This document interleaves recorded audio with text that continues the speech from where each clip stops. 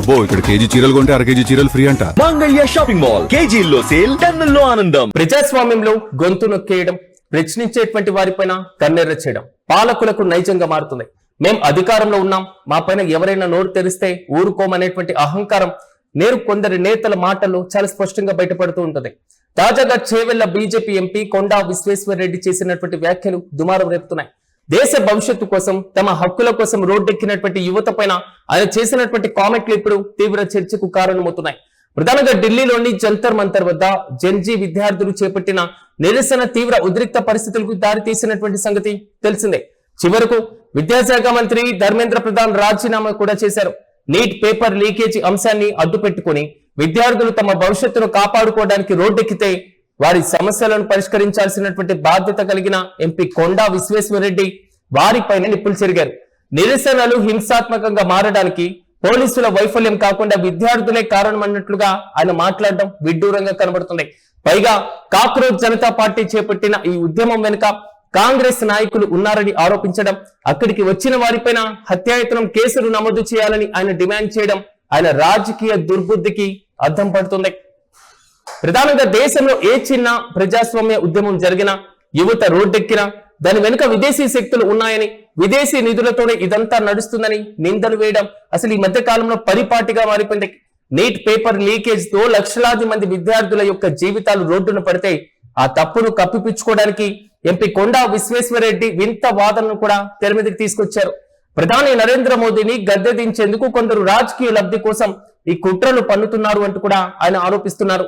ఇది మన దేశం కాబట్టి పోలీసులు లాఠీ చార్జ్తో సరిపెట్టారు, అదే వేరే దేశాల్లో అయితే ఎప్పుడో కాల్చి పడేసేవారంటూ కూడా విద్యార్థులను ఉద్దేశించి విశ్వేశ్వరరెడ్డి చేసిన వ్యాఖ్యలు ప్రస్తుతం సోషల్ మీడియాలో వైరల్ గా మారుతున్నాయి.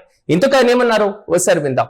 మీరు ఏదో గలత్ ఫేమి, ఏదో తప్పు దారి పెట్టకండి, ఏదో ఇన్స్టా సోషల్ మీడియా సగం అయితే అమెరికా వీళ్ళు వాళ్ళు సృష్టించుండ్రు. అవును, పోలీస్ లాఠీ చార్జ్ చేసింది. వేరే దేశాలు ఇంకా కఠినంగా, అమెరికాలో ఇదే అయితే అమెరికా కూడా ప్రజాస్వామ్యం షూటింగే చేస్తుంటది. అవును, కొట్టిండ్రు, ఎందుకంటే వాళ్ళు దుంకిండ్రు, పార్లమెంట్ దిగికి వస్తుండ్రు. వేరే దేశాలలో తుపాకులతోటి కాల్చేవారు. ఇది ఆయన చేసినటువంటి కామెంట్. దేశంలో ప్రజాస్వామ్యం బతుకుందంటే అది ప్రజల పోరాటాల వల్లే తప్ప పాలకుల దయ వల్ల కాదు. అలాంటిది శాంతియుతంగా నిరసన తెలిపినటువంటి యువతను విదేశీ శక్తులంటూ ముద్ర వేయడం లేదా కాల్పుల గురించి మాట్లాడడం అత్యంత హేయమైనటువంటి చర్య అంటూ నెటిజన్లు అభిప్రాయపడుతున్నారు.